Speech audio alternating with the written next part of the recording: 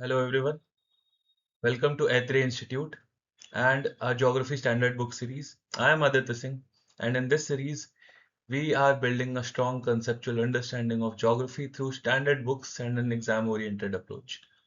So whether you are preparing for UPSC or any other competitive exam, this series is definitely going to help you strengthen your fundamentals. So without any further delay, let's begin today's discussion. सबसे पहले आपके doubt clear किए जाएंगे। ठीक है, एक doubt था, उस चीज को हम लोग पहले टेकअप कर लेते हैं, उसके बाद हम लोग नेचुरल वेजिटेशन डिस्कशन स्टार्ट करते हैं। तो सबसे पहले क्वेश्चन था कि वेजिटेशनल डिस्ट्रीब्यूशन और बायोडाइवर्सिटी जोन्स, इसमें क्या डिफरेंस होता है, प्रिसाइज डिफरेंस क्या है। ठीक है, तो ये डिफरेंस पहले हम लोग समझने की कोशिश करेंगे। तो कोर डेफिनेशन और फोकस की बात करें तो वेजिटेशन डिस्ट्रीब्यूशन क्या होता है, एक मैक्रो लेवल स्ट्रक्चर होता है प्लांट्स का, प्लांट कम्युनिटीज का। ठीक है, तो याद ध्यान रखिएगा प्लांट कम्युनिटीज का है। ठीक, इसमें एग्जांपल्स होते हैं जैसे कि आपका हो गया ट्रॉपिकल एवरग्रीन फॉरेस्ट हो गया। ठीक है, आपका डिसिडुअस वुडलैंड्स, थॉर्न स्क्रब्स, इसके बारे में डिटेल आज डिस्कशन करेंगे। ठीक है, और strictly maps what plants grow where, कहाँ कौन सा पेड़ या ट्री या प्लांट्स ग्रो करते हैं और किस तरीके से वो अडेप्ट करते हैं लोकल टेम्परेचर और रेनफॉल को। ठीक है, so this is essentially driven by abiotic factors. Abiotic factors जैसे कि आपका क्लाइमेट हो गया, ठीक, आपका क्लाइमेट हो गया, सॉइल टाइप, और ऐसे बहुत सारे एबायोटिक फैक्टर्स आते हैं, उससे ये ड्रिवन होता है। ठीक है, तो ये हो गया आपका वेजिटेशनल डिस्ट्रीब्यूशन। दूसरा आता है आपका बायोडाइवर्सिटी जोन्स। ठीक है, तो ये एक बड़ा सा डेजिग्नेटेड एक ज्योग्राफिकल एरिया होता है जिसे रिकॉग्नाइज किया जाता है एज ग्लोबल बायोडाइवर्सिटी हॉटस्पॉट्स। ठीक है, तो फीचर करता है exceptionally high variety of life को, जैसे कि सिर्फ प्लांट्स तक ये लिमिटेड नहीं है जैसे पहले था। प्लांट्स होंगे, इसके अलावा आपके एनिमल्स होंगे, इवन फंगाई होंगे, microorganism. So in its wholesomeness सब सब कुछ एक साथ होता है your biodiversity zone. It's a bigger term, ठीक है, as compare to vegetational distribution. और यहाँ पे होती है high endemism. High endemism as a species जो पाई जाती है वो यहीं पाई जाती है ना। एंडेमिक स्पीशीज है, आपने ये टर्म बहुत बार सुना होगा, एंडेमिक स्पीशीज, वो और कहीं नहीं पाई जाती, यहीं से इसका सोर्स, उसका ओरिजिन वहीं से है। ठीक है, और ये इनकम्पास करती है यूनिक जेनेटिक और इकोसिस्टम डाइवर्सिटी। ठीक है, और ये सिर्फ प्लांट लाइफ तक लिमिटेड नहीं है। वेजिटेशन की बात करेंगे तो प्लांट हो गया, ट्रीज हो गया, वहीं तक चीजें लिमिट, बट यहाँ पे और क्या क्या चीजें आएंगी, आपका एनिमल्स भी आएंगे, आपका फंगस भी आएगा, माइक्रो ऑर्गेनिज्म, सब कुछ आता है। ठीक है, जैसे wild vegetation sets the stage for environment, है ना। Biodiversity zone measures the full cast of characters, सब कुछ आपका लिविंग ऑर्गेनिजम्स हो गया, उनके इंटरैक्शंस भी इंक्लूडेड होते हैं इसमें। ठीक, अब अंडरलाइन ड्राइवर्स क्या क्या है, अंडरलाइन ड्राइवर्स क्या क्या है, क्या शेप करते हैं ये हर एक जोन को, है ना। दोनों ही कंसेप्ट जो है आपके फिजिकल फाउंडेशन से शेयर करते हैं, आपकी फिजिकल फाउंडेशन शेयर करते हैं दोनों चीजें। बट जो बायोडाइवर्सिटी जोन होता है ना, उसमें ज्यादा कंप्लेक्सिटी होती है, ज्यादा बायोलॉजिकल कंप्लेक्सिटी होती है, ज्यादा उसकी हिस्ट्री होती है। ठीक है, क्योंकि ज्यादा बड़ा टर्म उसमें सब कुछ इनकम्पास कर रहा है, सब कुछ इनकम्पास कर रहा है, उसके अलावा उस अलग अलग चीजों के बीच का इंटरैक्शन, जैसे प्लांट्स है और एनिमल्स है, आपस में किस तरीके से इंटरैक्ट कर रहे हैं। फंगस है, फंगस, है ना, पे लेट्स से ह्यूमंस का क्या इम्पैक्ट पड़ रहा है, उस पर अलग अलग एनिमल्स का क्या इम्पैक्ट पड़ रहा है, प्लांट्स किस तरीके से उसे इम्पैक्ट कर रहे हैं, तो इस तरीके से सबके बीच का इंटरैक्शन। ठीक, तो वेजिटेशनल डिस्ट्रीब्यूशन के जो फिजिकल ड्राइवर्स होते हैं, जैसे कि आपका लैटिट्यूड हो गया, आपका एलिवेशन हो गया, हमने ये दोनों चीज बहुत बार डिस्कस कर चुके हैं, है ना। किस तरीके से आपका लैटिट्यूडनल, आपका जो क्या कहते हैं वेरिएशंस होते हैं आपकी वेजिटेशन के। ठीक है, एक स्पेसिफिक वेजिटेशन पाई जाती है लेट्स से इक्वेटर पे, है ना, फिर ऊपर मूव करेंगे तो अनदर सेट ऑफ वेजिटेशन पाई जाएगी, और अलग अलग जगहों पे अलग अलग वेजिटेशन, डिपेंडिंग की लैटिट्यूड कैसा है, डिपेंडिंग की एलिवेशन कितना है, ऑल्टीट्यूड। इसके बारे में बहुत बार हम लोग बात कर चुके हैं, एलिवेशन यानी ऑल्टीट्यूड। और ये चीज हमने बोली थी कई बार, ऑल्टीट्यूड मिमिक्स लैटिट्यूड। ठीक, तो टेम्परेचर ग्रेडियंट डिक्टेट करता है प्लांट के टाइप। इसके अलावा और कौन कौन से फिजिकल ड्राइवर्स हैं, आपका सॉइल कॉम्पोजिशन। सॉइल कॉम्पोजिशन हो गया, ठीक, सॉइल कॉम्पोजिशन, और कितनी बारिश हो रही है, प्रेसिपिटेशन, है ना, प्रेसिपिटेशन, बारिश, इवन स्नोफॉल, ठीक है, डिटरमाइन करता है कि कौन सा प्लांट कम्युनिटीज वहां पे एस्टैब्लिश होगी, वहां पे परसिस्ट करेगी, ठीक। बाउंड्रीज, और इन सब की बाउंड्रीज जो होती हैं वो ग्रेजुअली शिफ्ट होती हैं, कैसे शिफ्ट होती हैं, क्लाइमेटिक चेंजेस जैसे जैसे होंगी उनकी बाउंड्रीज भी शिफ्ट होंगी, ठीक है, क्योंकि इसेंशियली आपके जो क्लाइमेट है वही तो डिटरमाइन करता है वेजिटेशन। हमने देखा था, कोपेन ने एक बहुत अच्छी बात बोली थी, है ना, vegetation is the true index of climate, prelims में भी पूछा जा चुका है आपके, ठीक।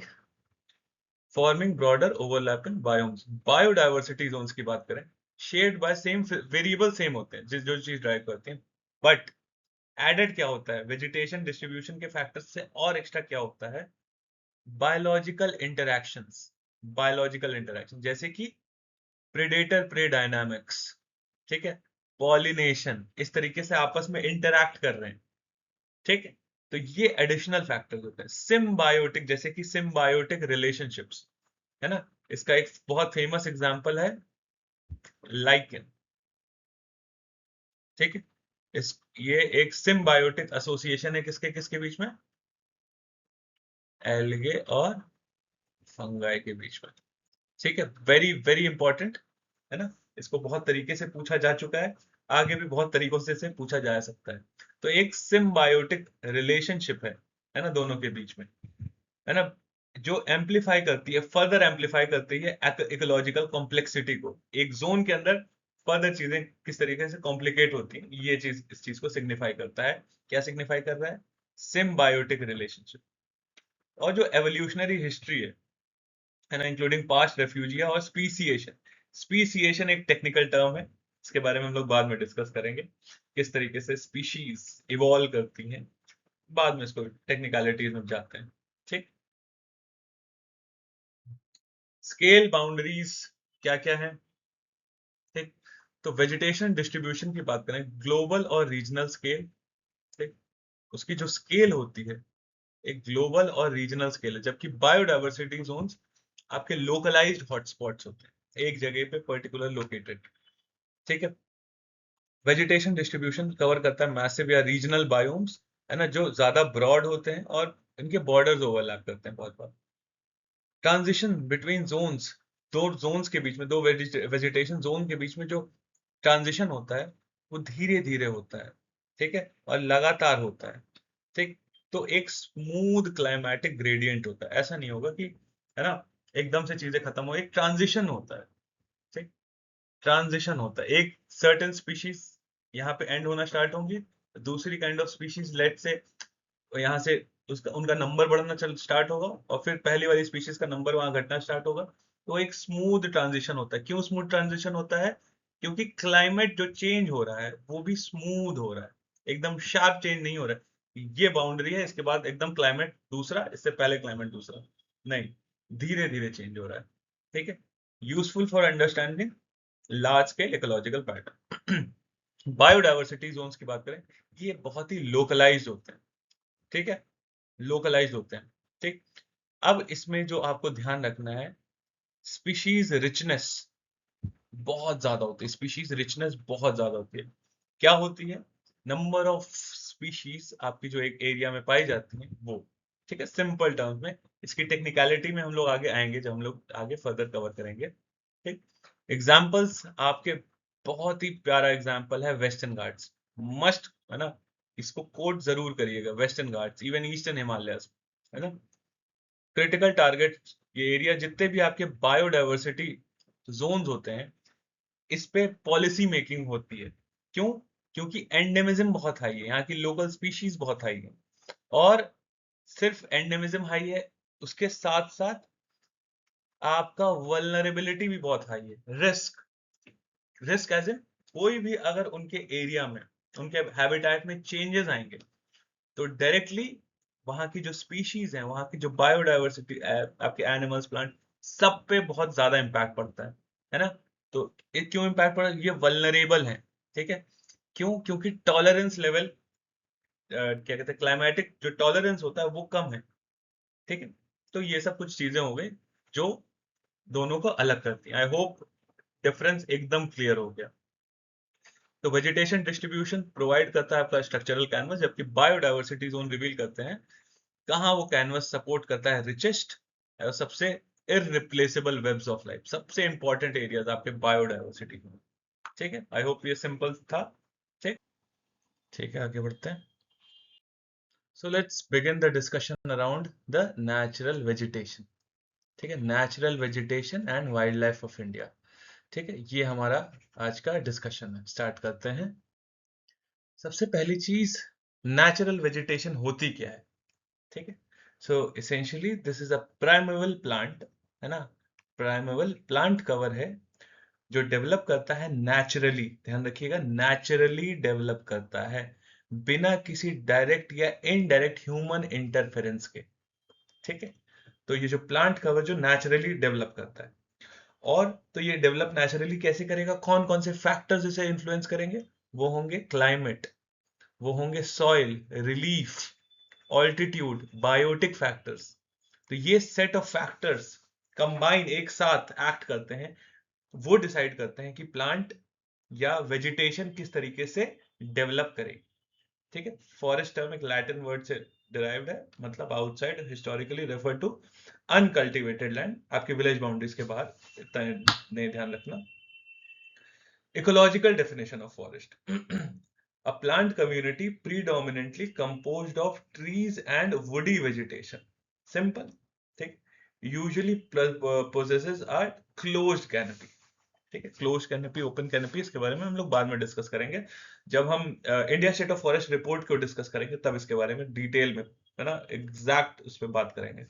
ठीक, फॉरेस्ट सर्विसेज टू सोसाइटी, क्या फॉरेस्ट सर्विसेज प्रोवाइड करता है ना।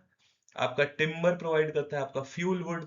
ठीक, नॉन टिम्बर फॉरेस्ट प्रोडक्ट्स, इससे रिलेटेड एक करंट अफेयर्स, करंट तो अब नहीं रह गया, खैर, है ना। नॉन टिम्बर फॉरेस्ट प्रोड्यूस जैसे कि बैम्बू। ठीक है, बैम्बू ध्यान रखिएगा, है ना, ये पहले फॉरेस्ट में इंक्लूडेड होता था। ठीक है, अब ये नॉन टिम्बर फॉरेस्ट प्रोडक्ट में इंक्लूडेड है।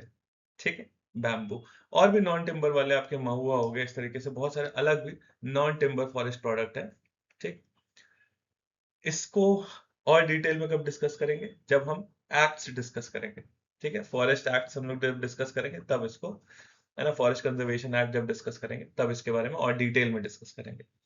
Watershed protection. ठीक, वाटरशेड प्रोटेक्शन, फॉरेस्ट क्या सर्विस प्रोवाइड करता है? वाटरशेड प्रोटेक्शन और carbon sequestration, very very important point.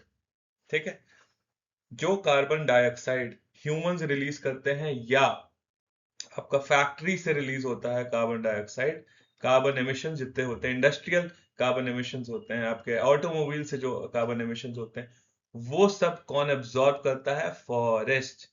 बहुत बड़ा इंपॉर्टेंट रोल है।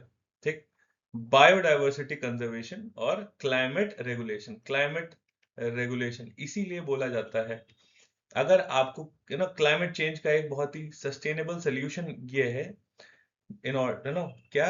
एफॉरेस्टेशन। जिस लेवल पे हम लोग का क्लाइमेट चेंज जा चुका है, उसके लिए हमें रैपिड लेवल्स ऑफ एफॉरेस्टेशन करना पड़ेगा। ठीक है, तो ये आप ध्यान रखिएगा, ये इंपॉर्टेंट पॉइंट्स है। ठीक, इसको ध्यान रखिएगा, आप मेंस में जब लिखेंगे तब इसमें से पॉइंट्स आप निकाल सकते हैं। ठीक है, एटलीस्ट मेंस के बारे में जब हम डिस्कशन करेंगे तब इसको डिटेल में किस तरीके से आपको आंसर राइटिंग लिखनी होगी। ठीक है, क्लासेस में हम लोग ये डिस्कस करते हैं, आंसर राइटिंग अप्रोच के बारे में एक डिटेल्ड वे में पूरी चीजें डिस्कस होती हैं, तो उसमें भी हम मेंशन करेंगे कि कितनी डेप्थ में आपको एक पॉइंट के जाना है। लेट्स से एक सर्टेन मार्क्स क्वेश्चन है, तो आपको कितनी डेप्थ में जाना है और कितनी डाइवर्सिटी ऑफ पॉइंट्स कवर करने हैं, दोनों एस्पेक्ट पे आपको टच करना है। ठीक, तो कौन कौन से फैक्टर्स हैं जो नेचुरल वेजिटेशन को इन्फ्लुएंस करते हैं?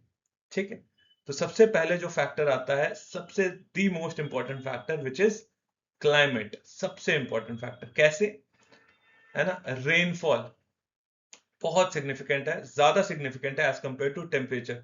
हिमालय के अलावा आपकी मेजॉरिटी जगहों पे rainfall is a much more dominant factor as compare to temperature. ठीक है, ऑब्वियसली टेम्परेचर तो होता ही है, कि टेम्परेचर भी डिसाइड करता है कि किस तरीके की वेजिटेशन होगी, बट अगर टेम्परेचर और रेनफॉल की बात करें तो rainfall is a much more dominating factor, ठीक है। और लेंथ ऑफ ड्राई सीजन, कितने टाइम का आपका ड्राई सीजन है, कितनी ह्यूमिडिटी है, क्योंकि ह्यूमिडिटी भी डिसाइड करती है क्या, मॉइस्चर अवेलेबिलिटी, ठीक है, मॉइस्चर अवेलेबिलिटी, ठीक। फिर आते हैं आपका टेम्परेचर को अलग से फैक्टर में भी मेंशन किया है, आपका क्लाइमेट का भी पार्ट है बट स्टिल एक डोमिनेंट फैक्टर है, इस वजह से इसको अलग से मेंशन किया है। हाईली सिग्निफिकेंट होता है हिमालयन रीजन्स में, स्पेशली आपका 900 मीटर के ऊपर एलिवेशंस के ऊपर, है ना। ध्यान इतना याद नहीं करना, बस ध्यान रखिएगा। और इसी की वजह से होता है ऑल्टीट्यूडनल जोनेशन। हिमालय में क्या होता है, वेजिटेशन का ऑल्टीट्यूडनल जोनेशन, मतलब इस तरीके से अगर मैं बनाऊं, ठीक है, मान ले ये हिमालय है, तो नीचे एक स्पेसिफिक तरीके की वेजिटेशन होगी, लेट्स से सॉल्टी, ऊपर और तरीके की vegetation, let's say mixed forest, ऊपर लेट्स से और जाएंगे तो कॉनिफरस, ठीक है, फिर आपका आ जाएगी ट्री लाइन, ठीक है, ट्री लाइन के ऊपर फिर आपके कुछ स्पेसिफिक आपके छोटे छोटे प्लांट्स, आपके लाइकेंस, आपके mosses, let's say sea buckthorn, आपका रिसेंटली ये न्यूज में था, सी बकथॉर्न, ये ट्री लाइन के ऊपर, ठीक है। और फिर सबसे टॉप पे आपका आता है permafrost, permafrost which is completely frozen under ice, ठीक है, परमाफ्रॉस्ट। तो सी बकथॉर्न आपका न्यूज में क्यों था, ये भी यहीं पे बता दे रहा हूं, इसको रिसेंटली जीआई टैग मिला है, इसको जीआई टैग मिला है। तो ये एक येलो आपका नारंगी कलर का, आपका पीले कलर का, ऑरेंज या येलोइश कलर का एक छोटा सा बेरीज होती है, छोटी छोटी berries, rich in vitamin C, है ना, very rich in vitamin C. और इसकी बहुत ही एक स्पेशलिटी होती है कि it can tolerate a wide range of temperature, इसके टेम्परेचर वेरिएशंस आपके 40 डिग्री सेल्सियस से लेके -43 degree Celsius, so even in winters, है ना, it is able to sustain its fruits. So temperature के आपके वेरिएशंस हो गए, ठीक। आपको एग्जांपल भी दे दिया, तो जैसे इसमें ऑल्टीट्यूडनल जोनेशन मतलब जैसे जैसे स्पेसिफिक ऑल्टीट्यूड पे स्पेसिफिक आपकी वेजिटेशन होगी, वेजिटेशन का जोन होगा, ठीक। उसके ऊपर लेट्स से सबसे नीचे अगर देखा जाए हिमालय के, तो आपको मिलेगी ट्रॉपिकल वेजिटेशन, जो ट्रॉपिकल एरियाज में पाई जाती है। फिर और ऊपर जाएंगे तो आपको सब ट्रॉपिकल वेजिटेशन मिलेगी, और ऊपर जाएंगे, ठीक है, और ऊपर जाएंगे फिर temperate vegetation and finally alpine vegetation, ठीक है। So this is why I have already referred this statement, stated it again and again that altitude mimics latitude, ठीक। थर्ड फैक्टर है आपका सॉइल, ठीक है, दोनों चीज इसमें ध्यान रखनी है, सॉइल बोला जाए या इडाफिक फैक्टर्स, ठीक है, इडाफिक टर्म सॉइल से रिलेटेड है, तो दोनों ध्यान रखिएगा, है ना। प्रीलिम्स में इडाफिक टर्म यूज किया जा सकता है, वैसे आप सॉइल यूज कर सकते हैं, ठीक है। तो इडाफिक ध्यान रखिएगा, और इसको मेंस में भी अपने इंक्लूड करने के, इन सब पॉइंट्स को आप मेंस में भी इंक्लूड करने की कोशिश करिएगा, ठीक। सो क्वेश्चंस इसी तरीके से आपके मेंस में क्यूरेट होंगे कि कौन कौन से डोमिनेंट फैक्टर्स हैं जो इन्फ्लुएंस कर रहे हैं लेट्स से नेचुरल वेजिटेशन इन हिमालयाज और इन वेस्टर्न घाट्स, ठीक। सॉइल के अगर फैक्टर्स देखें तो जैसे मैंग्रूव्स, मैंग्रूव्स को क्या चाहिए होता है, सेलाइन या मार्शी सॉइल से अडेप्टेड होते हैं मैंग्रूव्स, जैसे कि आपका मोस्ट फेमस एग्जांपल ऑफ सुंदर मैंग्रूव्स इज सुंदरबंस, ये ध्यान रखिएगा, सुंदरबंस, है ना आपका सुंदरबंस। एक और चीज बता दूं, एक यूनेस्को वर्ल्ड हेरिटेज साइट है, और दूसरी चीज मेजॉरिटी सुंदरबंस कहां पे, मेजॉरिटी सुंदरबंस या मैंग्रोव्स इंडिया में कहां पाए जाते हैं, तो वो है वेस्ट बंगाल, ये आपको ध्यान रखना ही रखना है, ठीक। तो ये पूछा भी जा चुका है यूपीएससी में, आगे भी पूछा जा सकता है, ठीक। स्वॉम्प फॉरेस्ट, जैसे कि स्वॉम्प फॉरेस्ट कहां पे डेवलप होते हैं, जहां वाटर लॉग्ड सॉइल्स होते हैं, है ना, पानी नीचे ड्रेन नहीं कर पाता या रन ऑफ नहीं कर पाता, वहां पे इकट्ठा रहता है वाटर लॉग्ड सॉइल्स। और कोस्टल फॉरेस्ट, जैसे कि कोस्टल फॉरेस्ट हैं, वो कहाँ ग्रो करते हैं, सैंडी बीच डिपॉजिट्स में, ठीक है। तो ये कुछ सेट ऑफ एग्जांपल्स, आप जब भी अपने मेंस में पॉइंट लिखेंगे, please try to include some of the examples, pertinent examples, ठीक। थर्ड आपका फैक्टर आता है topography, very very important factor topography, है ना। इन्फ्लुएंस करती है, जैसे कि अल्पाइन मेडोज, आपका टोपोग्राफी कैसी है, टाइडल फॉरेस्ट, आपका हिली फॉरेस्ट, वैली वेजिटेशन, ये सब इन्फ्लुएंस होता है आपका टोपोग्राफी से। एक बहुत एग्जांपल है, साउथ फेसिंग स्लोप्स वार्मर है और नॉर्थ फेसिंग हिमालय की स्लोप्स कूलर है। क्यों? है ना, बहुत सिंपली मैं आपको बताता हूँ, है ना। अगर इसको अगर मैं ऐसे समझाऊं, हिमालय की, ये अगर मैंने बना दिया ऐसे, अर्थ बनाती, आपको समझाने के लिए बता रहा हूं, तो नॉर्दर्न हेमिस्फीयर में हिमालय कुछ इस तरीके से है, और सन इस तरीके से सन की रेज आ रही हैं, तो किस साइड में आपके ज्यादा वार्म होगा, किस साइड हिमालय का, ये आपका हिमालय मैंने बना दिया, ठीक है। तो हिमालय का कौन सा साइड ज्यादा वार्म होगा, ये वाला साइड, है ना, साउथ फेसिंग स्लोप। तो हिमालय की जो साउथ फेसिंग स्लोप होगी वो ज्यादा गर्म होगी, ठीक है। इसी को कहते हैं एडरेट स्लोप, इसको भी ध्यान रखिएगा, एडरेट स्लोप। और दूसरी साइड जो कूलर स्लोप है, उसे हिमालय की कूलर स्लोप को कहते हैं, उस साइड यूबेक स्लोप, जो सन के अवे है, और सन के अवे है तो कूल होगी। ये साउथ वाली स्लोप जो है सन के टुवर्ड्स फेसिंग है, तो वो ज्यादा वार्म होगी, ठीक। आई होप ये क्लियर हो गया हो। आगे बढ़ते हैं। अब बात करते हैं नेचुरल, आपकी रेनफॉल वेजिटेशन रिलेशनशिप, बहुत important. But before we move ahead, I want to share you one important thing, very important thing, है ना। So if you are genuinely serious about mastering geography optional for UPSC or let's say state exams, so this is exactly where the systematic preparation makes the difference.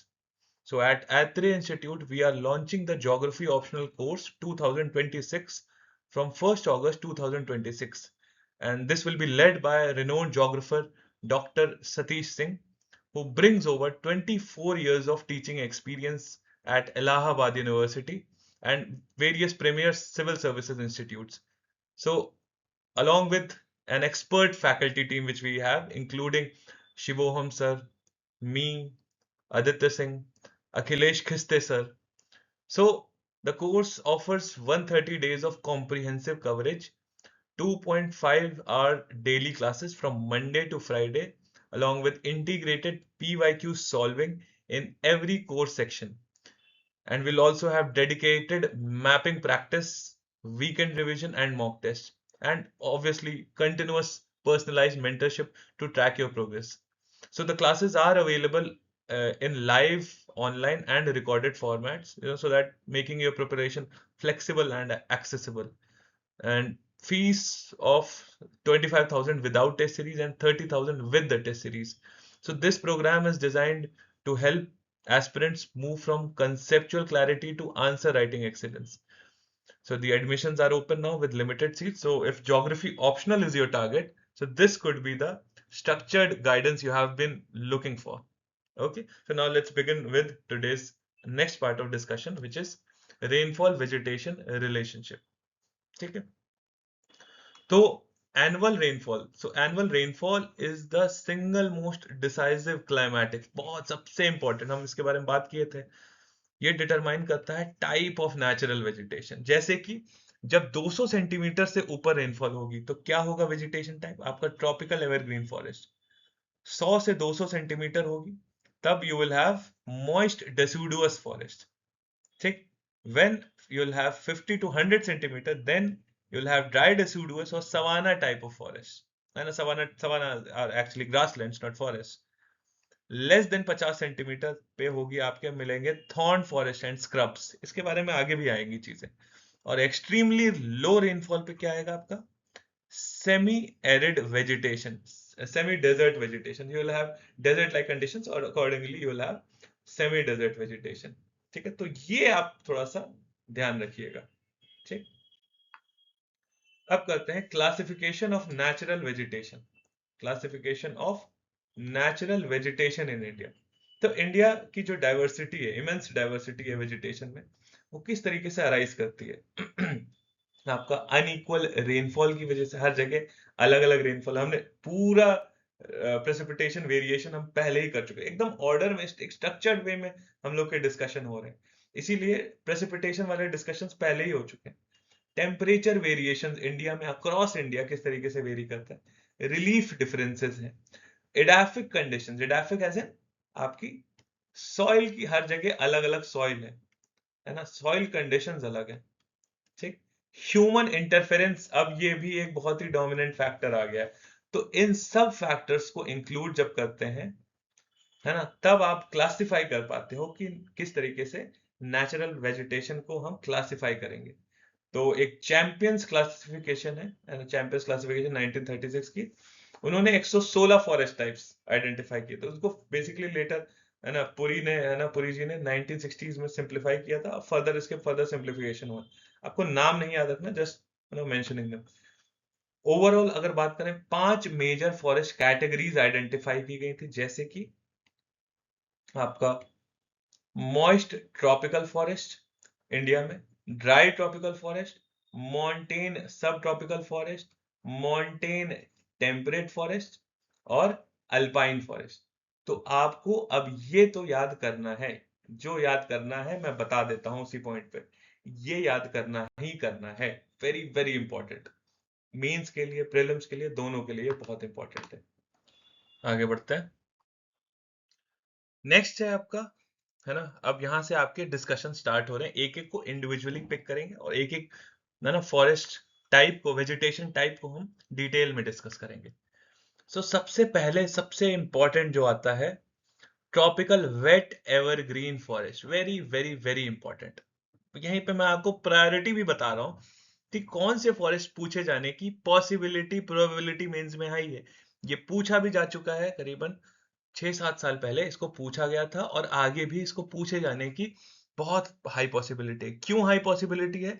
क्योंकि आपका, हमने अभी just एक चीज discuss की थी, कार्बन सिक्वेस्ट्रेशन, कार्बन सिक्वेस्ट्रेशन या carbon capture, तो एक डोमिनेंट रोल प्ले करते हैं वेट एवरग्रीन फॉरेस्ट, बहुत डोमिनेंट रोल प्ले करते हैं, और आपका न्यूज में भी सबसे ज्यादा इंपॉर्टेंट न्यूज यही बनाते हैं, है ना। कोई भी नया डेवलपमेंट प्रोजेक्ट आता है, अभी लास्ट टाइम आपका, अभी इसी साल आपका एक बहुत न्यूज में था, हसदेव अरांड फॉरेस्ट, आपके छत्तीसगढ़ के, ये न्यूज में था, ठीक है। तो इस वजह से आपका ये न्यूज वाली चीजें भी आपकी इंपॉर्टेंट हो जाती हैं, न्यूज में रहते हैं, क्योंकि इनको अगर छेड़ा गया, किस वजह से छेड़ा गया, कोल प्रोजेक्ट्स के लिए, आपका किसी मिनरल्स के लिए, कोल प्रोजेक्ट, रेयर अर्थ मिनरल्स के लिए, है ना, energy security point of view से, या आप यहाँ पे कुछ भी माइनिंग करोगे तो किसको इम्पैक्ट करोगे, ट्राइबल्स, ट्राइबल्स को इम्पैक्ट करोगे, ठीक है। फिर एक टर्म आता है एनवायरमेंटल इम्पैक्ट असेसमेंट, एक डायरेक्ट टॉपिक है आपका यूपीएससी में, environmental impact assessment, very very important, किस तरीके से ट्राइबल्स, है ना, को ये चीज अवेल नहीं कर पा रहे, किस तरीके से उनका एक्सप्लॉयटेशन हो रहा है, ये सब चीजें कनेक्टेड है, ठीक है। ये इसलिए हमेशा आपका न्यूज में बने रहते हैं, ठीक है, वेरी इंपॉर्टेंट। रेनफॉल की बात करें तो more than 250 centimetre of rainfall होती है, ठीक। टेम्परेचर आपका 25 से 27 डिग्री सेल्सियस, ह्यूमिडिटी आपकी 77% से ज्यादा, बहुत हाई ह्यूमिडिटी होती है यहाँ पे, और जो ड्राई सीजन होता है वो बहुत ही शॉर्ट होता है, ठीक। अब इसका डिस्ट्रीब्यूशन कहाँ होता है, आपका वेस्टर्न घाट्स हो गए, साउथ ऑफ मुंबई पूरा, और, है ना, ऐसा नहीं कि पूरे वेस्टर्न घाट्स में, एक स्पेसिफिक ऑल्टीट्यूड पे, एक स्पेसिफिक एलिवेशन 500 मीटर के ऊपर आपका होंगे ट्रॉपिकल वेट एवरग्रीन फॉरेस्ट, ठीक है। आपके 500 से लेकर 1370 मीटर नॉर्थ ईस्ट इंडिया में आपके पाए जाते हैं ट्रॉपिकल वेट एवरग्रीन फॉरेस्ट, आपका अरुणाचल हो गया, है ना, आपका अपर असम हो गया, पूरा असम नहीं, अपर असम, नागालैंड के पोर्शंस, मणिपुर, मिजोरम, त्रिपुरा, है ना, अप टू 1070 मीटर, ये नहीं ध्यान रखना, बस मैं मेंशन कर दे रहा हूँ, जो ध्यान रखना है वो मैंने सब मेंशन कर दिया। और अंडमान, प्लीज प्लीज, अंडमान और निकोबार आइलैंड को मत भूलिएगा, स्पेशली ये न्यूज में है, जिस तरीके का इंफ्रास्ट्रक्चरल डेवलपमेंट वहां पे हो रहा है, है ना, at the cost of these forest, इस वजह से अंडमान एंड निकोबार आपका न्यूज में है, इस फॉरेस्ट की वजह से भी। ट्राइबल्स तो ठीक है, ट्राइबल्स पे मेजर इंपैक्ट पड़ रहा है, और इसके अलावा आपका वेट एवरग्रीन फॉरेस्ट पे पड़ रहा है, तो ये आपको ध्यान रखना है, ये डिस्ट्रीब्यूशन। तो इस पे अगर क्वेश्चन आएगा तो rather than just mentioning these distribution, आपको यहाँ पे बनाना होगा इसका मैप बनाना होगा, ठीक है। और ये की कैरेक्टरिस्टिक्स कुछ आपको ध्यान रखनी है होगी, ये मैं बता दे रहा हूं आपको कि ये आपको ध्यान रखना है, ठीक है। स्पेशली आपका रेनफॉल। तो एवरग्रीन, इसका नाम एवरग्रीन क्यों है? सबसे पहली चीज एवरग्रीन, क्योंकि ये पूरे साल भर रहते हैं, कोई, है ना, do not shed leaves simultaneous, कोई एक पर्टिकुलर सीजन में लीव्स नहीं शेड करते हैं, इस वजह से इन्हें क्या बोलते हैं हम? एवरग्रीन, ठीक है। और इनकी मल्टी लेयर्ड कैनपी होती, मल्टी लेयर्ड कैनपी मतलब, है ना, सपोज आपका एक बड़ा सा ट्री है, फिर उसके साइड में आपकी छोटी सी ट्री, फिर आपकी और छोटी सी ट्री, और फिर आपके श्रब्स होंगे, फिर आपकी फिर से बड़ी सी ट्री, एंड सो ऑन।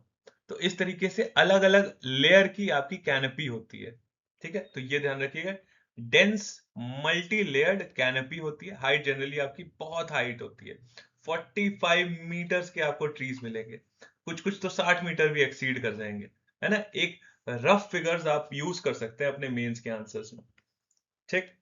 इसके अलावा डेंस अंडर ग्रोथ होती है ना, डेंस अंडर ग्रोथ होती है। और अबंडेंट क्लाइंबर्स और एपिफाइट्स, वेरी वेरी इंपॉर्टेंट। तो ट्रॉपिकल वेट एवरग्रीन से एसोसिएटेड क्या होते हैं? क्लाइंबर्स, जो पेड़ पे चढ़ जाते हैं, एपिफाइट, जो पेड़ से सपोर्ट के लिए उसको यूज करते हैं, orchids, ferns, bamboos and canes, ठीक है, ये सब इसके साथ में ग्रो करते हैं। और जो आपको बिल्कुल ध्यान रखना है, मिस आउट कर ही नहीं सकते, प्लीज एपिफाइट्स ध्यान रखिएगा, क्लाइंबर्स और एपिफाइट्स एंड इवन ऑर्चिड्स, ठीक है, ये तीन तो मिस करना ही नहीं है। पूछ चुके हैं एपिफाइट्स, 2 बार पूछा जा चुका है, ठीक। स्पीशीज की बात करें, स्पीशीज भी इंपॉर्टेंट है, वेरी वेरी इंपॉर्टेंट स्पीशीज। जैसे कि आपका वेस्टर्न घाट्स, सारी नहीं याद करनी है, मेजर मेजर आप, है ना, जैसे कि मेसुआ हो गया, व्हाइट सेडार हो गया, केलोफाइलम, होपिया, तून, जामुन, धूप, कुछ कुछ दो तीन आप यहाँ की वेजिटेशन स्पीशीज आप ध्यान रख सकते हो अपने मेन आंसर्स के लिए।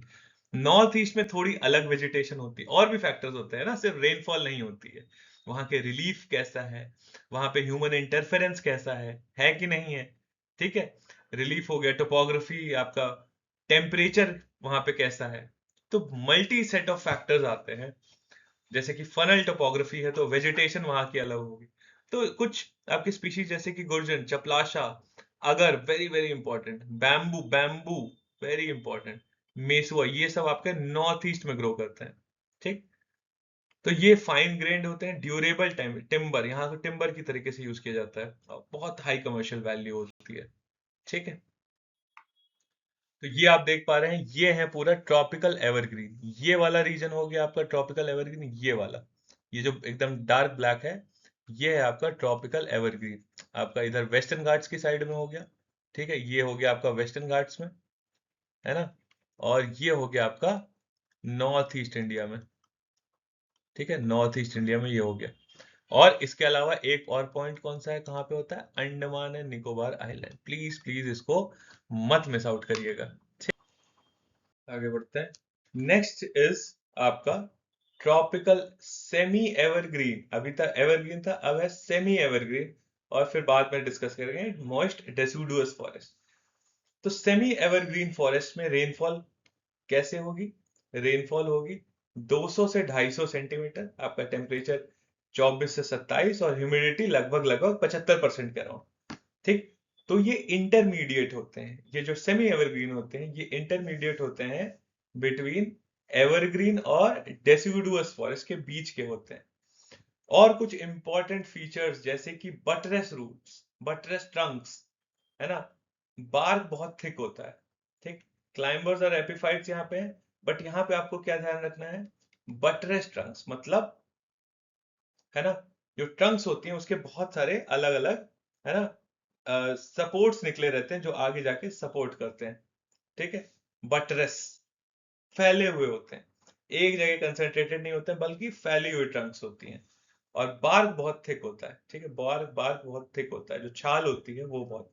तो कहाँ कहाँ पाए जाते हैं? एक तो अभी वेस्टर्न घाट्स, जो अब एवरग्रीन के बगल में तो होंगे ही, अभी हमने देखा ना ट्रांजिशन है बिटवीन एवरग्रीन और डेसिडुअस। तो एवरग्रीन के पास तो मिलेंगे ही मिलेंगे, जैसे कि वेस्टर्न घाट हो गया, आपका असम हो गया, आपका ईस्टर्न हिमालय हो गया, नॉर्थ ईस्ट इंडिया में, है ना, आपका उड़ीसा, इवन उड़ीसा और अंडमान आइलैंड में भी था आपका, है ना, एवरग्रीन। तो अंडमान आइलैंड में उस जहां पे वो मिलेंगे आपके एवरग्रीन फॉरेस्ट, मॉइस्ट एवरग्रीन, उसके एडजेसेंट में आपको मिलेंगे tropical semi evergreen.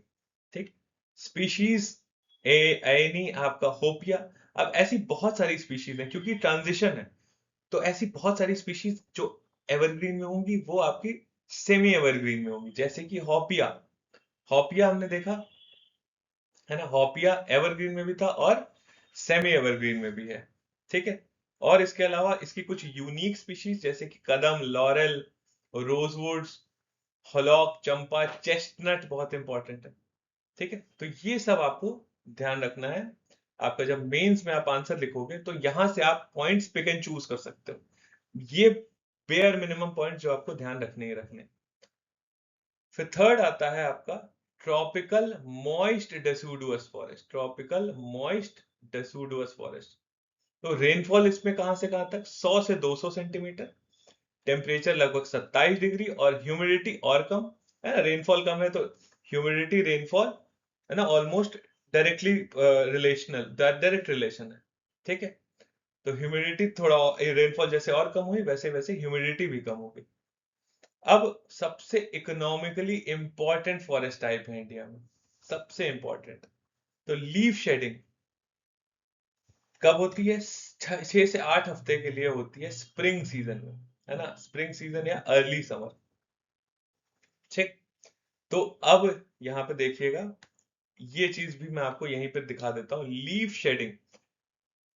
Western climates किससे इंपैक्टेड होते हैं, है ना, वेस्टर्न क्लाइमेट, उनमें मेन फैक्टर होता है टेम्परेचर। हमारे यहाँ सबसे इंपॉर्टेंट फैक्टर कौन सा है, रेनफॉल, आपका साउथ वेस्ट मॉनसून। ठीक है, तो रेनफॉल सबसे डोमिनेंट फैक्टर है। इस वजह से, है ना, जो वेस्टर्न वर्ड्स हैं वहां पे होता है आपका ऑटम सीजन होता है, स्प्रिंग सीजन होता है। तो ऑटम सीजन कब होता है, आपका विंटर्स से पहले, और विंटर्स के बाद क्या आता है, स्प्रिंग सीजन। तो बाकी जगहों पे वेस्टर्न नेशंस में क्या होता है, लेट्स से यूरोपियन नेशंस में क्या होता है, आपकी जो लीफ शेडिंग होती है वो कब होती है, वो होती है, लीफ शेडिंग होती है आपका विंटर्स से पहले। ठीक है, बट हमारे यहाँ लीफ शेडिंग कब होती है, समर्स से पहले, क्योंकि हमारा जो क्लाइमेट है, हमारा जो वेजिटेशन है, वो that is more defined by rainfall rather than temperature alone. ठीक, तो ये पॉइंट जो मैंने बताया है उसको ध्यान रखिएगा लीफ शेडिंग के रिलेटेड। ट्रीज की हाइट 25 से लेकर 60 मीटर तक टॉल होती है, बहुत ही कैनोपी डेंस होती है, विद श्रब अंडर, नीचे की तरफ वहां पे श्रब्स ग्रो करती हैं। रीजन्स कौन कौन से रीजन्स हैं जहां पे ये पाया जाता है ना, वेस्टर्न घाट्स में वही ट्रांजिशन जोन, उसके आगे सेमी एवरग्रीन के आगे क्या होएगा आपका मॉइस्ट डेसिडुअस, वेस्टर्न घाट्स की पूरी बेल्ट हो गई। फिर आपका तेराई भाबर बेल्ट हो गई। ठीक है, हम तेराई क्या होता है, भाबर क्या होता है, ये हम डिस्कस कर चुके हैं। फिर आता है आपके शिवालिक्स, शिवालिक्स छोटा नागपुर प्लेटो। ठीक है, अंडमान आइलैंड्स, ये सब होते हैं एसोसिएटेड किससे, ट्रॉपिकल मॉइस्ट डेसिडुअस। ठीक, और स्पीशीज की बात करें तो very important, teak, very very important, ये यूपीएससी पूछ चुका है टीक के बारे में। ठीक, तो आपके होते हैं, टीक होता है, साल होता है, पडॉक, महुआ, आपका रोजवुड, हल्दू, तेंदू, ये सब आपके होते हैं ट्रॉपिकल मॉइस्ट डेसिडुअस फॉरेस्ट की स्पीशीज। ठीक है, ठीक है, तो यहां रहे, आप देख पा रहे हो tropical semi evergreen, tropical semi evergreen और ट्रॉपिकल मॉइस्ट डेसिडुअस। ठीक है, तो tropical semi ever moist deciduous तो आपको ये क्लियरली दिख रहा है। ठीक है, ट्रॉपिकल ये वाला पूरा पोर्शन आपका ट्रॉपिकल मॉइस्ट डेसिडुअस है, उसी के एडजेसेंट में, उसी के पास में आपका ये वाला एरिया ट्रॉपिकल सेमी एवरग्रीन है। ठीक है, ये है मॉइस्ट डेसिडुअस, यहां से लेके पूरा ये पूरा है ट्रॉपिकल मॉइस्ट डेसिडुअस। ठीक है, ये है पूरा पोर्शन जो आप देख रहे हो, ये लार्ज पोर्शन है, बहुत लार्ज पोर्शन है ना। उड़ीसा हो गया आपका, छत्तीसगढ़ हो गया, ये पूरा ट्रॉपिकल मॉइस्ट डेसिडुअस है। ठीक। और बाकी आपका रहा ट्रॉपिकल सेमी एवरग्रीन, ये वाला पोर्शन आपका है ना, ट्रॉपिकल सेमी एवरग्रीन। इधर हो गया जैसे कि आपने इधर मेंशन किया, ये हो गए आपके ट्रॉपिकल सेमी एवरग्रीन। ठीक है। बाकी पोर्शंस आपके क्या हो गए, इधर वाले ट्रॉपिकल मॉइस्ट डेसिडुअस। ठीक है, ट्रॉपिकल मॉइस्ट डेसिडुअस, ये पूरा का पूरा आपका जो यही वाला रीजन है जो हमने मेंशन किया था, ये पूरी जो बेल्ट है इसी को कहते हैं तराई भाबर बेल्ट। तराई भाबर बेल्ट। ठीक है। ये वाला पूरा पोर्शन हम देख चुके हैं, और इधर वेस्टर्न घाट्स वाला पूरा पोर्शन हमने कवर कर लिया। ठीक है। इधर ये असम आपका, मिजोरम हो गया, इधर मिजोरम हो गया, इधर हो गया आपका मणिपुर। ठीक है, आपका मणिपुर हो गया, इधर तो पूरा आपका मेघालय। तो portions of north east India, अभी इसमें भी आपका आता है ट्रॉपिकल मॉइस्ट डेसिडुअस। ठीक। नेक्स्ट बात करते हैं लिटोरल एंड स्वैम्प फॉरेस्ट। ठीक। लिटोरल और स्वैम्प फॉरेस्ट, बेसिकली जब ये किसकी बात कर रहे हैं हम, मैंग्रोव्स की बात कर रहे हैं। ठीक। मैंग्रोव्स। तो जब टाइड्स आती है, ये देख रहे हैं आप, ये पूरा आपके किस तरीके के रूट्स हैं, ये सब ये पूरे आपके कौन से हैं, मैंग्रोव्स। इसको डिटेल में जब हम मैंग्रोव्स डिस्कस करेंगे तब डिस्कस करेंगे। तो यहाँ पे बेसिकली जब सपोज, तो माउंटेन की तरह अगर हम इसको थोड़ा सा साइड में मैं अगर आपको शो करूं, तो आपका इधर सपोज आपका लो लेवल ऑफ टाइड है, लो टाइड की लेवल है, और ये है हाई टाइड की लेवल, है ना।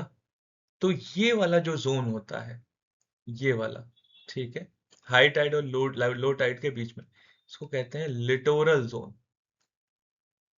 लिटोरल जोन या इंटर टाइडल जोन। ठीक है, लिटोरल जोन या इंटर टाइडल जोन। ठीक है, यहाँ पे ग्रो करते हैं आपके स्वॉम्प फॉरेस्ट, है ना। वाटर लॉक्ड कंडीशंस होती हैं यहाँ पे। कैसी कंडीशंस आप यहाँ पे देख पा रहे हो, या ये आप देख पा रहे हो किस तरीके से कंडीशंस कैसी हैं, वाटर लॉक्ड सॉइल है, वाटर लॉक्ड सॉइल। ठीक है। तो लोकेशन कहाँ पे ये पाया जाएगा, है ना, आपका डेल्टास के पास, एस्चुरीज के पास, क्रीक्स, है ना। एक बहुत फेमस क्रीक है, हमेशा आपका न्यूज में रहता है, सर क्रीक, गुजरात, है ना, गुजरात में है आपका सर क्रीक। ठीक है, ये ध्यान रखिएगा। आपका मड फ्लैट्स हो गए, सॉल्ट मार्शेस, आपके बैक वाटर्स, हमने बैक वाटर्स देखे थे, केरला के बैक वाटर्स। ठीक है, कयाल्स, ये टर्म याद है आपको, कयाल्स। ठीक है। और मेजर डेल्टास के अराउंड ये पाया जाता है, जैसे कि गंगा डेल्टा, आपका महानदी, गोदावरी, कृष्णा, कावेरी के अराउंड आपके लिटोरल स्वैम्प फॉरेस्ट पाए जाते हैं। सो ये अडेप्टेड है टू फ्रेश वाटर के लिए भी अडेप्टेड है, और as well as brackish water और सलाइन एनवायरनमेंट, क्योंकि ये, है ना, डेल्टास के पास फॉर्म हो रहे हैं, जहां पे रिवर्स में फ्रेश वाटर हो गया, ये जितने भी रिवर्स से एसोसिएटेड आपका फ्रेश वाटर हो गया, और एंड में लो टाइड के नीचे इधर क्या है, पूरा आपका ये ओशंस है, तो यहाँ हो गया सलाइन वाटर। तो ये दोनों के लिए आपके अडेप्टेड होते हैं। ठीक। मैंग्रोव का एरिया देखें तो 7% ऑफ, है ना, ग्लोबल मैंग्रोव एरिया इंडिया में पाया जाता है। ये फिगर आपको नहीं ध्यान रखना है। Sundarban, Sundarban is the largest mangrove region. पूरे दुनिया का सबसे बड़ा मैंग्रोव रीजन कहाँ पे है, सुंदरबन। ठीक है, सुंदरबन आपका वेस्ट बंगाल में है और बांग्लादेश में, ये मत ध्यान रखिएगा। और सुंदरबन मेजोरिटी पोर्शन देखा जाए तो वो वेस्ट बंगाल में नहीं, वो बांग्लादेश में आता है। ठीक है। तो वो पूरा रीजन, वो पूरा आपका गंगा ब्रह्मपुत्र जो डेल्टा है, दैट इज एसोसिएटेड विद सुंदर। और इसका नाम कहां से पड़ा, सुंदरी ट्री से, ये आपको ध्यान रखना है, सुंदरी ट्री, हेरिटिएरा फोमिस। ठीक। और भी वहां पे बहुत सारी स्पीशीज होती है, सिर्फ सुंदरी नहीं है, बट और भी है, जैसे कि राइजोफोरा बहुत इंपॉर्टेंट, सोनेरेशिया वेरी वेरी इंपॉर्टेंट। ठीक है, स्क्रू पाइन, पाम्स, केओरा नीपा अगर, ठीक है, अगर भी इंपॉर्टेंट। ये कुछ इंपॉर्टेंट स्पीशीज है, इसको आप ध्यान में रख सकते हो। ठीक है। तो ये प्रोवाइड करता है क्या, कोस्टल प्रोटेक्शन, नर्सरी हैबिटेट और कार्बन सेक्वेस्ट्रेशन, या कार्बन को स्टोर करता है। कोस्टल प्रोटेक्शन ये पूछा जा चुका है यूपीएससी में। ठीक है। यूपीएससी में क्या पूछा गया था? Coastal protection. तो आपके मैंग्रोव से एसोसिएट, जहां जहां मैंग्रोव ज्यादा होते हैं, वहां वहां सुनामी का जो इम्पैक्ट होता है वो सब्सटैंशियली कम होता है। ये पूछा था यूपीएससी में। ठीक है, ये पॉइंट आप अपने मेंस के आंसर्स में भी इसको प्लीज मेंशन करिएगा। ठीक है, तो यहाँ पे आपके जो एकदम एंड वाला है, यहाँ पे दिखा देता हूं आपको। लिटोरल और स्वamp फॉरेस्ट कहाँ कहाँ पे है। यहाँ पे आप देख पा रहे हो, ये आपका है तो यहाँ बांग्लादेश में भी। इंडिया की बात करें तो वेस्ट बंगाल का एकदम कोस्ट के पास हो गया। ये आपका है ना, यहाँ पे डेल्टा है, यहाँ पे कृष्णा गोदावरी डेल्टा और ये डेल्टास है ना। तो ये सब जितने भी डेल्टाइक एरियाज हैं, एस्चुरीज हैं, क्रीक्स हैं, मड फ्लैट्स हैं, वहां वहां पाया जाता है आपका लिटोरल एंड स्वamp फॉरेस्ट। ठीक, इसके अलावा अब बात करते हैं अगला, जो बहुत बहुत ये भी बहुत इंपॉर्टेंट है, इसको भी मिस आउट नहीं करना है। Dry tropical forest. Dry tropical forest. ठीक, तो ड्राई ट्रॉपिकल फॉरेस्ट में दो कैटेगराइजेशन होती है। ठीक, एक है आपका ट्रॉपिकल ड्राई एवरग्रीन फॉरेस्ट और दूसरा है ट्रॉपिकल ड्राई डेसिडुअस फॉरेस्ट। तो दो सब क्लासिफिकेशन है इसमें, ट्रॉपिकल ड्राई एवरग्रीन और ट्रॉपिकल ड्राई डेसिडुअस। दोनों में डिफरेंस क्या है? सबसे पहली चीज तो rainfall, 100 centimetre from north east monsoon. ठीक है, ये पॉइंट यहाँ पे आपको ध्यान रख सकते हो कि नॉर्थ ईस्ट मॉनसून से आपका ड्राई एवरग्रीन फॉरेस्ट एसोसिएटेड है। नॉर्थ ईस्ट मॉनसून हम डिस्कस कर चुके हैं, है ना। आपका मेजोरिटी जो रेनफॉल होती है वो होती है साउथ वेस्ट मॉनसून से, जो डिफाइन करती है आपका मेजर वेजिटेशन टाइप। बट जो ट्रॉपिकल आपके जो ड्राई ट्रॉपिकल फॉरेस्ट होते हैं, ये ऐसे अफेक्टेड होते हैं किससे? नॉर्थ ईस्ट मॉनसून से, है ना, जिसकी इस तरीके की डायरेक्शन होती है। ठीक है, साउथ वेस्ट मेजोरिटी वाला क्या है? South west monsoon. इसके फर्दर दो वेरी डाइवर्जन हुए, आपके अरेबियन सी ब्रांच, आपकी बे ऑफ बंगाल ब्रांच, ये हम कवर कर चुके हैं। नॉर्थ ईस्ट मॉनसून, ठीक है, तो ड्राई एवरग्रीन फॉरेस्ट एसोसिएटेड है नॉर्थ ईस्ट मॉनसून। ठीक, और इसके अलावा आपकी टेम्परेचर 28 डिग्री सेल्सियस, ह्यूमिडिटी लगभग 75%, हाइट लगभग 12 मीटर तक हाइट राइज करती है, एक कंप्लीट कैनोपी है और कोरेशियस लीव्स है। कोई बैम्बूज नहीं होते हैं, थोड़ी बहुत ग्रासेस होती हैं। तो कहाँ पाया जाता है सबसे पहले ड्राई एवरग्रीन फॉरेस्ट? तो ये आएगा आपका पहली चीज कोरोमंडल कोस्ट, ये हम डिस्कस कर चुके हैं। कोरोमंडल कोस्ट कहाँ पे? आपका तमिलनाडु, है ना, आपका पार्ट्स ऑफ आंध्रा और तमिलनाडु। कौन सा वाला रीजन? फिर से बना देता हूं, multiple times I have already shown you, ऐसे करके अगर बनाया, ठीक है, तो ये वाला पूरा पोर्शन आपका आंध्रा से लेके पार्ट्स ऑफ आंध्रा, है ना, और आपका तमिलनाडु का कोस्ट। तो क्यों ऐसा पॉसिबल हो पा रहा है? क्योंकि यहाँ पे जो मॉनसून है, यहाँ पे है कौन सा? नॉर्थ ईस्ट मॉनसून, है ना। इस टाइम पे अक्टूबर टू दिसंबर टाइम पे मेजोरिटी जो मॉनसून है ना, नॉर्थ ईस्ट मॉनसून है, इस तरीके की डायरेक्शन है, जो कि कैसी है? लैंड टू सी, जमीन से सी की तरफ। और लैंड टू सी मूव करेगी तो मॉइस्चर ही नहीं होगा। अगर मॉइस्चर ही नहीं होगा तो शेड क्या करेगी? मॉनसून शेड क्या करेगा जब मॉइस्चर ही नहीं होगा? प्रेसिपिटेशन क्या करेगा? बट यहाँ पे कोरोमंडल कोस्ट में आप देख पा रहे हो, यहाँ पे किस तरीके से मॉइस्चर कहाँ से पिक करेगा? बे ऑफ बंगाल से मॉइस्चर पिक किया और फिर कोरोमंडल कोस्ट पे, यहाँ पे पूरे कोरोमंडल कोस्ट पे यहाँ पे शेड कर दिया। तो इस वजह से आपके ट्रॉपिकल यहाँ से एसोसिएटेड है ट्रॉपिकल ड्राई एवरग्रीन फॉरेस्ट। ठीक, आपका कोरोमंडल कोस्ट, आपका तमिलनाडु। स्पीशीज आपकी नीम, टैमरिंड, इमली, खिरनी, जामुन, रीठा, टॉडी पाम, कोको। ठीक है, ये कुछ स्पीशीज इंपॉर्टेंट है। दूसरी, tropical dry deciduous forest. This is very very very important. ठीक, यहाँ पे रेनफॉल कितनी होती है? लगभग लगभग, है ना, 100 से 150 सेंटीमीटर रेनफॉल होती है। और ये किस तरीके से एक्ट करता है? एक ट्रांजिशन जोन की तरीके से एक्ट करता है। किसके बीच में? आपके मॉइस्ट डेसिडुअस और थॉर्न फॉरेस्ट के बीच में एज अ ट्रांजिशन जोन की तरीके से एक्ट करता है आपका tropical dry deciduous forest. Trees की height almost up to 20 metres, open canopy होती है ना, not as dense as if you talk about your dry evergreen. ठीक है, उतना डेंस नहीं होते हैं, उतनी हाइट भी नहीं होती है वेजिटेशन की। ओपन कैनोपी की वजह से आपकी यहाँ पे ग्रास ग्रोथ पॉसिबल हो पा रही है ज्यादा। ठीक। डिस्ट्रीब्यूशन की बात करें तो पूरा नॉर्थ साउथ बेल्ट आपका हिमालयन फुटहिल से लेके आपका कन्याकुमारी तक पूरा आपका आता है, एक नॉर्थ साउथ बेल्ट है जहां पे ड्राई डिसिडुअस फॉरेस्ट आते हैं। अभी दिखा देता हूँ यहीं पे। ठीक है। एक्सक्लूडिंग राजस्थान में नहीं पाए जाते हैं, आपके वेस्टर्न घाट्स में नहीं है, आपके वेस्ट बंगाल में नहीं पाए जाते, ये सब एक्सेप्शन है। बाकी पूरा नॉर्थ टू साउथ है ना, हिमालय के फुट से लेके कन्याकुमारी तक, तमिलनाडु तक पूरा ये पाए जाते हैं ड्राई डिसिडुअस फॉरेस्ट। ठीक। स्पीशीज कौन कौन सी? टीक हो गया, तेंदू हो गया, टीक पूछ चुके हैं यूपीएससी में। पलास, बेल, साल, खैर, हर्रा, रोजवुड, रेड सैंडर्स ये भी पूछा जा चुका है। ठीक।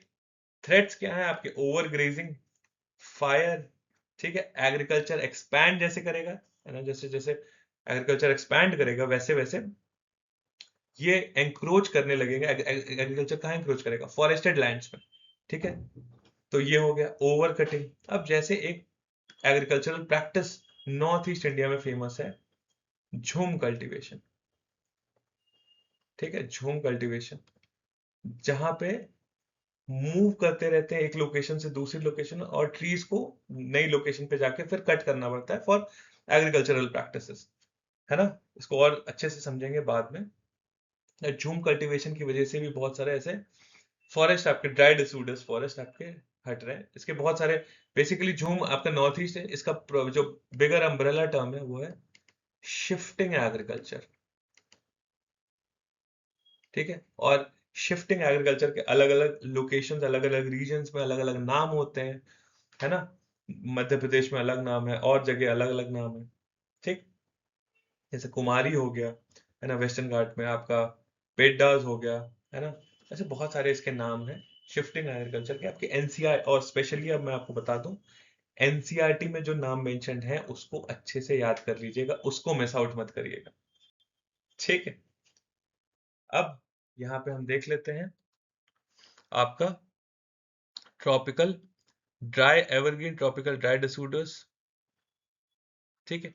ट्रॉपिकल ड्राई, एक सेकेंड, ट्रॉपिकल ड्राई एवरग्रीन कहाँ पे है? ये वाली लोकेशन हमने देखा था। ट्रॉपिकल ड्राई एवरग्रीन कहाँ होगा?